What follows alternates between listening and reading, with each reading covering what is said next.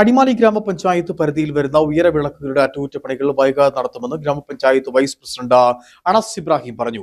ടൗണിലടക്കം ഉയരവിളക്കുകൾ വേണ്ടവിധം പ്രകാശിക്കുന്നില്ലെന്ന പരാതികൾ ഉയർന്ന സാഹചര്യത്തിലാണ് വിഷയത്തിൽ ഇടപെടൽ ഉണ്ടാകുമെന്ന് ഗ്രാമപഞ്ചായത്ത് അധികൃതർ അറിയിച്ചിട്ടുള്ളത്. വിഷയത്തിൽ ദിവസങ്ങൾക്ക് മുമ്പ് ഡിവൈഎഫ്ഐ മെഴുകുതിരി തെളിയിച്ച് പ്രതിഷേധം നടത്തിയിരുന്നു.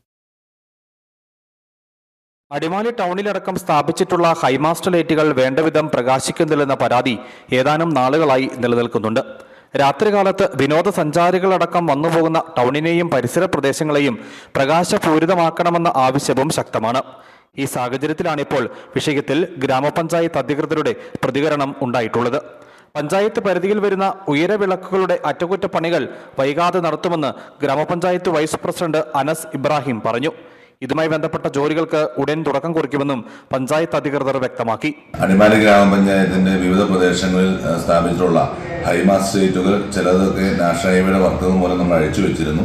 എന്നിരുന്നാലും അതിൻ്റെയൊക്കെ പുനഃസ്ഥാപിക്കുന്ന നടപടികൾ സ്വീകരിച്ചു. അതുമായി ബന്ധപ്പെട്ടുകൊണ്ടുള്ള വർക്കുകൾ നടന്നു വരികയാണ്. ബാക്കിയുള്ളവയൊക്കെ മെയിൻ്റനൻസ് വർക്കുകൾ കൂടി വളരെ അടിയന്തരമായി പൂർത്തിയാക്കുന്ന നടപടികൾ സ്വീകരിച്ചിട്ടുണ്ട്. ഉടൻ തന്നെ അതിൻ്റെ വർക്കുകൾ ആരംഭിക്കും.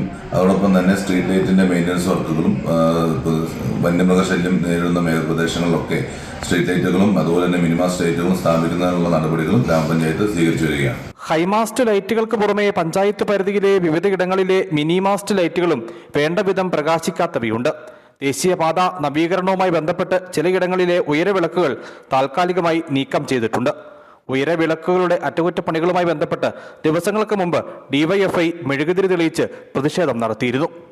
News bureau, Adimali.